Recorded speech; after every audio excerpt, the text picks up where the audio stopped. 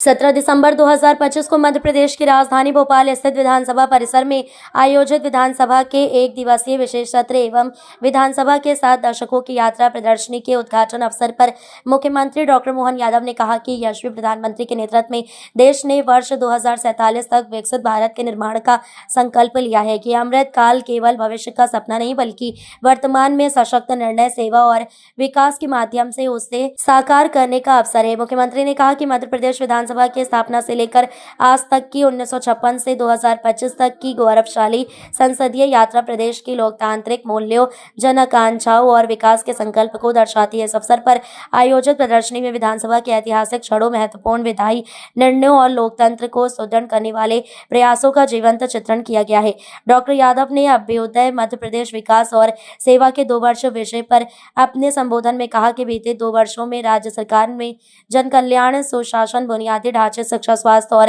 रोजगार के क्षेत्र में ठोस कदम उठाए हैं। सरकार की प्राथमिकता है कि विकास का लाभ समाज के अंतिम पंक्ति में खड़े व्यक्ति तक पहुंचे। मुख्यमंत्री ने कहा कि विधानसभा केवल कानून बनाने का मंच नहीं बल्कि जन भावनाओं की अभिव्यक्ति और प्रदेश के भविष्य की दिशा तय करने वाला सशक्त लोकतांत्रिक केंद्र है। अमृत काल में विधानसभा की भूमिका और अधिक महत्वपूर्ण हो जाती है क्योंकि यहाँ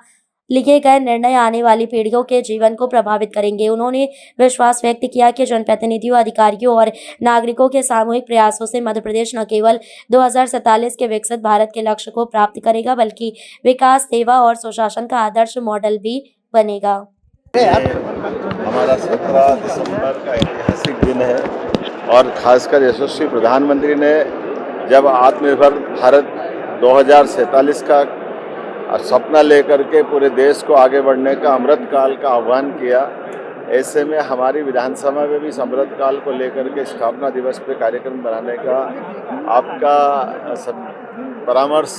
हम सबको आज फलीभूत होता दिखाई दे रहा है। हम सबका सौभाग्य है 1956 में बनने वाली विधानसभा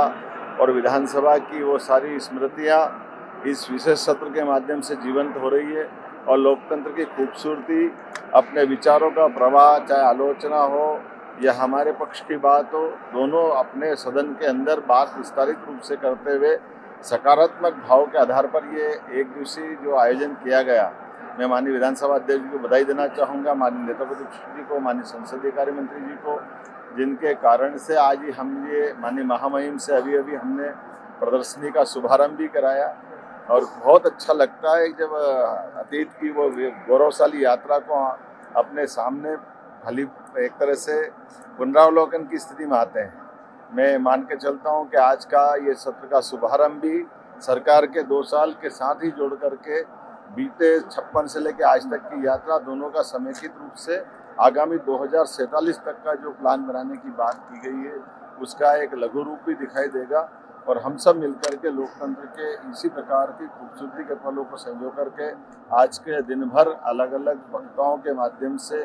विचारों की गंगा का एक आयोजन मिलेगा। मेरी अपनी ओर से पुनः विधानसभा अध्यक्ष श्रीमान नरेंद्र सिंह जी तोमर जी को बधाई, नेता प्रतिपक्ष उमंग सिंगार जी को बधाई, माननीय संसदीय कार्य मंत्री कैलाश जी को बधाई।